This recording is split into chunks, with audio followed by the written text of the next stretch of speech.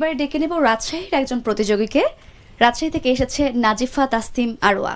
রাজশাহী কিন্তু আরো অনেক প্রতিযোগী এসেছে, সবাই ভালো করেছে, তুমিও ভালো করবে এমনটাই প্রত্যাশা। শুরু করি আমরা। ছোট্ট সোনামণিরা, আমি তোমাদের দিদিমা। আমি তোমাদের একটি গল্প বলবো। গল্পের নাম কি জানো? কুজো বুড়ির কথা। এক যে ছিল কুজো বুড়ি, সে লাঠি ভর দিয়ে কুজো হয়ে চলতো, আর তার মাথাটা খালি ঠক ঠক করে নড়তো। বুড়ির দুটো কুকুর ছিল, একটার নাম রঙ্গা আর একটার নাম ভঙ্গা।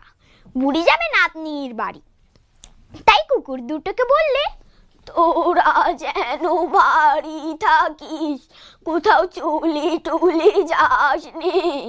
রঙ্গা ভঙ্গা বললে, আচ্ছা দৌ দৌ। তারপর বুড়ি লাঠি ভর দিয়ে কুজো হয়ে যাচ্ছে, আর তার মাথাটা খালি ঠক ঠক করে নড়ছে।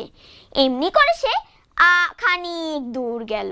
ছেলেবেলা সন্ধ্যা হলেই এই যে পাকা চুলে দাদিমার কাছে গল্প শোনার অভিজ্ঞতা নিশ্চয়ই আমাদের সবারই আছে। সেই আবেগগুলো কিন্তু স্মৃতিতে জাগছিল। নিঃসন্দেহে তুমি আরো অনেক চমৎকার করে বলেছো আরোয়া। তোমার মার্কসও কিন্তু আমাদের হাতে চলে এসেছে। বলবো? হ্যাঁ। জানতে ইচ্ছে করছে?